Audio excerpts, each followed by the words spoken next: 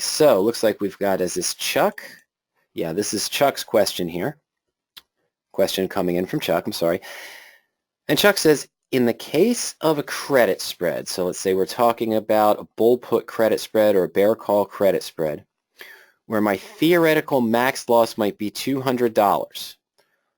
What happens if I'm assigned, sorry about that, what happens if I'm assigned and there isn't sufficient funds to buy or sell the shares? Okay, that is an important part of any credit spread combination, iron condor in a particular stock if you're not doing it on indexes, Chuck. The one thing that we can never forget in relation to credit spreads, even debit spreads, even though you're in a spread position and you have the lower margin requirement, we can never forget about the rights and obligations of the two options that we're in. And let's take a specific example. And actually, I just realized I am on the wrong screen here real quick, so let me do this. But what we're going to do is we're just going to run the bull put credit spread search real quick. We are going to take one of the first positions that comes up, and we're going to talk about the risks involved, the advantage of credit spreads, and of course, what can happen to you at expiration. So let's go to, in the bull put credit, let's just go to search. Fantastic. And we'll see which trades come up that match one of our default criteria. I believe we're probably on the bull put weekly default. We'll take a look at that. Here we go. Yes, we are. So we've got Sherwin-Williams. Let's see here. I want to narrow this down real quick. Most of these will be in the range I want. There's the perfect one.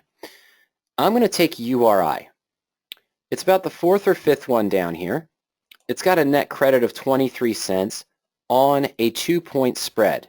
Selling the 127 put with URI at 135.35 and buying the 125 for the 8th of November expiration. This is because Chuck's question is related specifically, oh, sorry, I didn't want to do that. Chuck's question is related specifically to 2-point spreads. All right, so what do we have here? We're taking in around 23 cents or so on a 2-point spread where the monetary risk, as Chuck mentioned, is 2 points. So by selling the 127 put and buying the 125, we'd have to put up $200 per contract. So if we did 10 contracts, we'd have a margin requirement or a true risk of $2,000. Now the real risk is lower because regardless of what happens, we keep this net credit. So my broker may require me to put up the full 200 points for one contract, but if I enter this trade, no matter what happens, we keep the 23 cents, so the max loss would be around 178 or 177. So most we can lose, even if we hit the full loss on this position at expiration.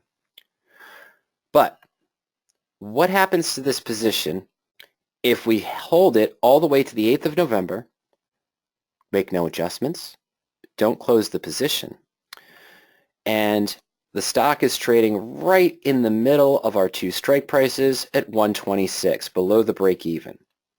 We didn't close early. We didn't do anything. So Saturday, what's going to happen, or Friday evening, is the options have to be settled. As Chuck mentions, even though I'm in a spread position that has a lower margin, I have still entered the right, just like selling a naked put, to potentially buy shares of stock at 127. That is the obligation of the short put. Yes, I've bought the right to force someone to buy my shares or sell those shares at 125. But if the stock is between the two strike prices, the long option will expire worthless, the short option is in the money, and I have to fulfill the contractual obligation. So, in this case, I'd be forced, if I did one contract, of course, I'd be forced to buy 100 shares of URI at 127. Now, I do keep, of course, that 23 cents from the initial credit, so my cost basis on those shares would be the 126.77 we see down here at the break even. Now, each broker is subtly different as to what you would have to do. But in most cases, you, of course, would get a margin call. You've got to put up the $12,700 to potentially buy this position. The 100 shares for the one contract, of course, Chuck, is what I meant. So you might have to do that as well. Okay? Now, what your broker might do in this case is simply sell to close it for you because you don't have the margin and they might charge you a fee. In other words, they'll buy it immediately at 127, sell it at 126 for you because you didn't have the proper funds, and then charge you a fee. Or you might have to borrow from them and they'll charge you a higher fee as well. Okay? That's a whole nother issue in that sense. So the best thing to do, okay, is to, if your short put, is being threatened, is to have a plan, a trading plan in mind to buy to close the position, roll the spread down, make one of the adjustments we discussed in the 8 ways to manage a bull put credit spread, and not leave it open through expiration, especially if the stock's below the short put strike price. Now, that's what we want to see. That's in theory. I could have opened this position today, and come Monday, some bad news comes out for United Rentals, and the stop gaps down about 9 points and is trading right at 126, and it starts to move down. Now, 2 things are going to happen. Number one, naturally that short put premium is going to increase drastically because it's gone from deep out of the money to now in the money, with also likely a spike in implied volatility. But the long option is going to increase as well. I probably have a chance to liquidate this position for a loss, but maybe not yet near the full loss that I'd take another 13 or 11 days from Monday. But this is also dangerous because when that news happens, the put buyer on the other side may decide that he wants to exercise early, right? He's going to either sell to close his put that now is making a lot of money, or he's going to simply sell to close the put outright for the profit. Now, I'm going to sell to close the put, or he exercises it. Most likely he wouldn't exercise it. Most likely the investor on the other side would sell to close it at the profit. But now there's an imbalance, right? There's usually a seller for every buyer. So if the buyers start selling to close the puts, the market maker is going to start exercising the short puts at that strike to, have the balance complete. So you might get assigned early. Now, the stock's at 126. You get assigned again at 127, forced to buy shares. You keep the 23 cents, your cost basis of 126.77. Now, you can sell to close the stock immediately at market price at 126 and only take a 77-cent loss, and you can sell to close your long put. See, in this case, the broker won't exercise the long to deliver the short because it'd be unfair. Why would they sell your shares at 125 if the market's offering it at 126, even though you were assigned early on the short put? Okay, so again, you might face that margin call if you don't have the $12,700 on funds to buy the 100 shares in this scenario. You'll get a warning from your broker, or they might just do it outright, sell it for you at the loss, and you can sell to close the long put, and they might charge you a fee because they had to cover it as well. Again, each broker is different. You want to make sure how your broker can handle it. The key here is to never forget the rights and obligations. Any spread, vertical spread, bull put credit, bull call debit, bear put debit, bear call credit spread, you have still entered into an obligation to do something anytime you sell that contract. The margin, the monetary requirement of selling that option is negated by the spread, but the actual obligation where you may potentially end up buying shares of stock in a bull put credit spread, Chuck, or selling shares of stock. In a bear call credit spread, if the stock moves above the short call but not above the long, you may end up being short shares of stock if that call is exercised early, the call that you sold. And that would be the same thing for an iron condor. So here's a bear call, for example. We have the short call here. If the stock jumps up into this range, I still have an obligation to do something and the long option isn't covering yet. Same thing for an iron condor, iron butterfly, butterfly position or condor. You still have the same obligation in that case. Okay, so it's always important to remember that. Make sure you have the coverage if needed.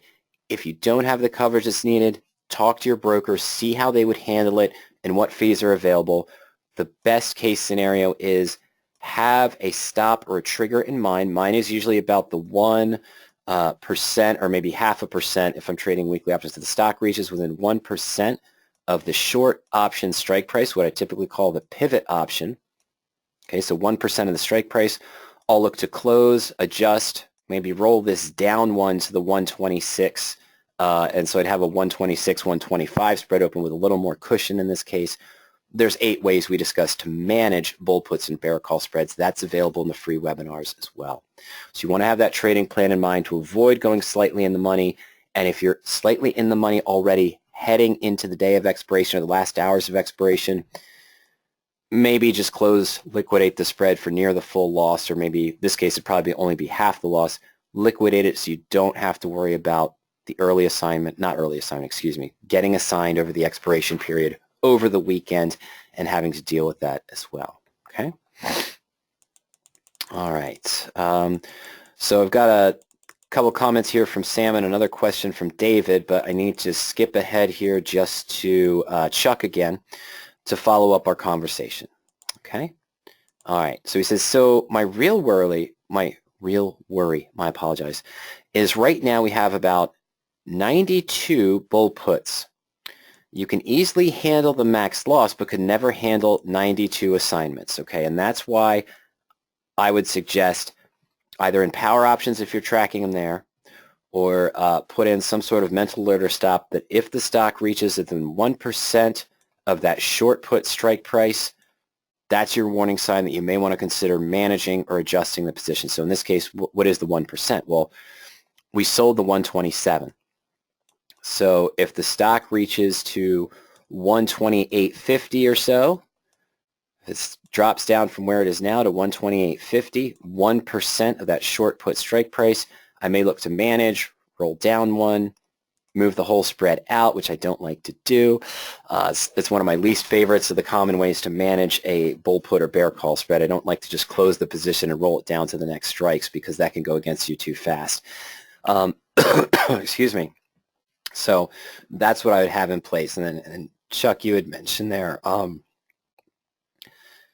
as well. Let's see here. All right, there you go. Yeah, that's easy, but a disaster over the weekend or at any time when I'm sleeping. I understand. That's the problem we all face regardless of what stops we're using or anything along those lines, whether it's a mental stop or if it's a contingent order, contingent to close the spread, liquidate the spread if the stock hits a certain price as well, then you could go ahead and do that also. Okay. You could look at it that way. Now, if it's a catastrophic event, you might be okay because it might be below both strike prices. That's a debate there. So you'd have to see, just ask your broker how they handle that in the case of early assignment if the stock is between the strike prices of your bull puts, so you get a better gauge of what your monetary requirement would be, what the fees might be if they have to cover some of those, they'd have to cover that cost for you. They're likely going to charge you a fee for that. The one thing you don't want to risk, this actually, there's a little glitch here with something. This actually happened to me, to be honest with you, 2 years ago, but in a different way. About 2 or 3 years ago when Ernie was first starting to do his research into long straddles and long strangles around earnings, straddles and strangles around earnings. And he's got the introduction to straddles video shown up there on Power Options, and he's working on the other parts of it as well.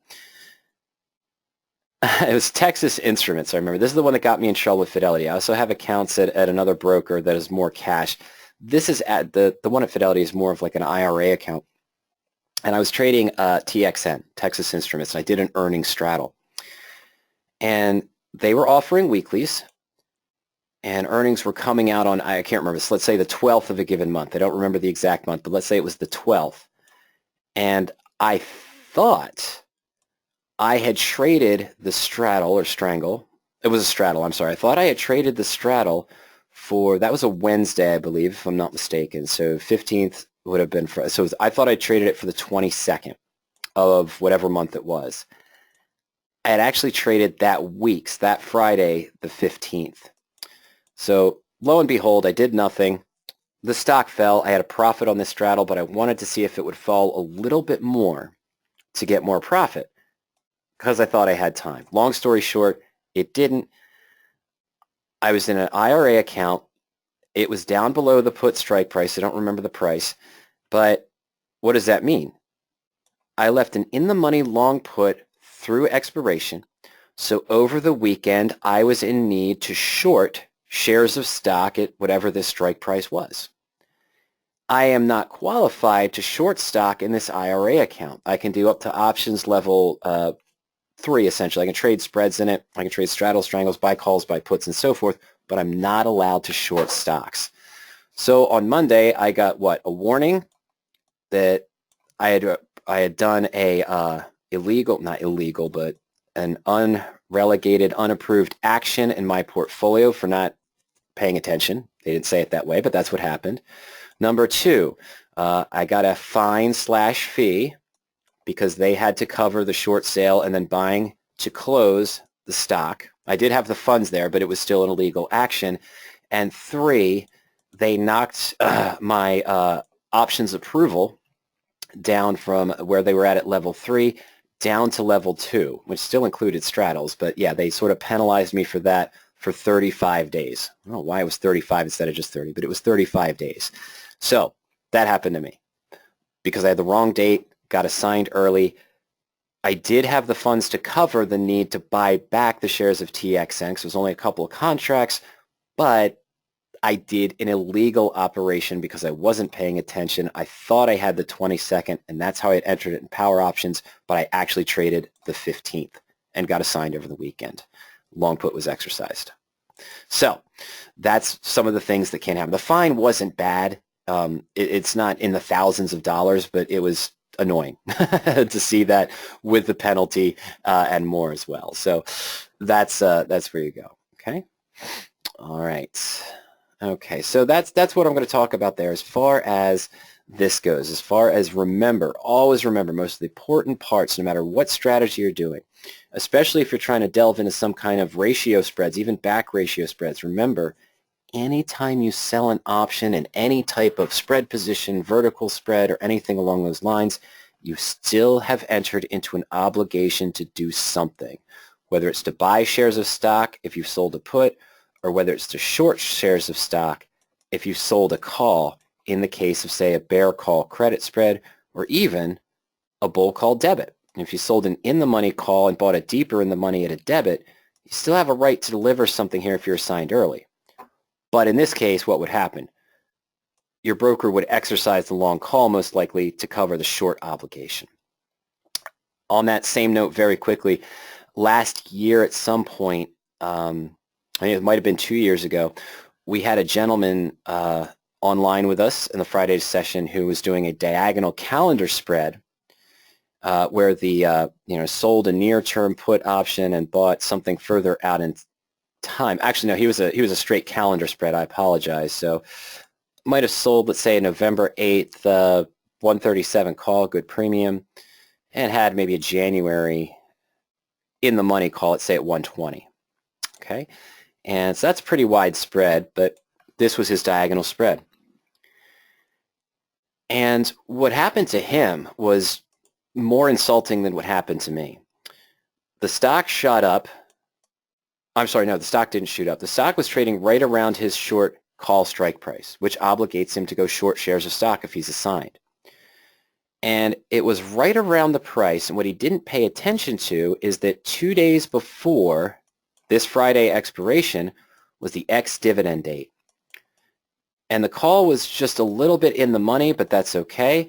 He got assigned early on that short call position because the person who owned the call wanted to take advantage of the dividend. Now, he figured that his broker would, if that ever did happen in the spread, that his broker would naturally just exercise the 120 to cover the obligation at 127. Right, so you buy stock at 120, sell it at 127, you get 7 points back, which would be a loss in this case. I'm sorry, 17 points back, so we'd have a small profit. I'm sorry, 17 points back in this case. But that didn't happen. His broker explained to him that this option, this long option, was not at the same expiration as the short option. So they didn't want to just exercise this option. They told him that if it was just a bull call debit spread, they would have done that. With the in-the-money call with the same expiration as the short, his broker was reading this literally as a naked call position, short term, and a long call position, and not reading it as a type of spread. So in this case, the worst case scenario happened. He ended up getting short shares of stock. In this case, they didn't exercise the long. The stock continued to move up, so he took a loss on the short stock position, and this was the night before the ex-dividend date, like right around the close. What else does that mean when you're short the stock on ex-dividend date? He took a loss on the short, had to pay the dividend out because he was now short shares of stock, so he had to pay the dividend. Kind of crazy. And then the stock started to retrace. After that, he was closed out of this for a loss. They closed it for him automatically because they didn't want him to be the short shares, but he already ended up paying the dividend. And then the stock started to fall, so he's losing value on the long call. He got a triple whammy, effectively. We don't like to see that. I can't remember who his broker was, but we don't like to see that, but that did happen. That is something you want to consider for those of you trading diagonal calendar spreads. Watch your ex-dividend date. Watch where the stock is in relation to your short around the ex-dividend date, and earnings dates as well, as it can fluctuate, but ex-dividend date is the big one.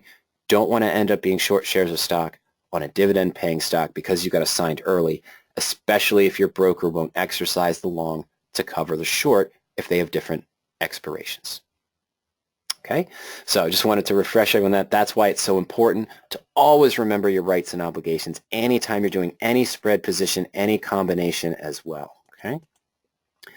Sam adds a comment. It happened to me with Cisco after earnings. He had a bull put 55.54. Stock dropped to 47, and he was forced to buy 200 shares of stock at 54. And the account was suspended in Robinhood. Okay, so they didn't know to exercise the long there to cover that, or they didn't do that for you because it happened early. Okay, so yeah, take a look at those stops, Chuck, there, and make sure you've got those also in place. Okay.